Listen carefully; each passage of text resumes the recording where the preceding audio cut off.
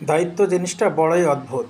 যে পালন করে সে সবসময় দোষী হয়, আর যে এড়িয়ে চলে সে শুধু লম্বা লম্বা জ্ঞান দিয়ে যায়।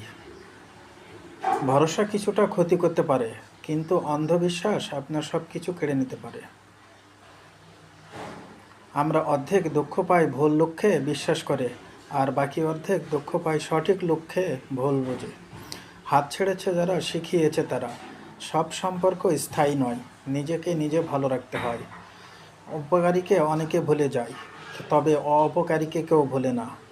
যে মানুষগুলো তোমাকে বলে তুমি পারো না বা তুমি পারবেই না, তারাই সম্ভবত সেই লোক যারা ভয় পায় এটা ভেবে যে তুমি পারবে।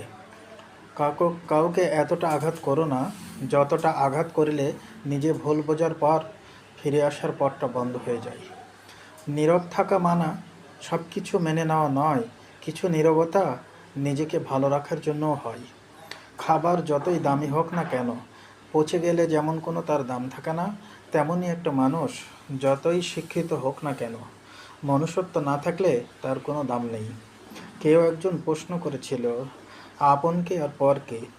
উত্তর এলো, সবাই ভালো থাকলে সবাই আপন, আর খারাপ থাকলে কেউ নয়।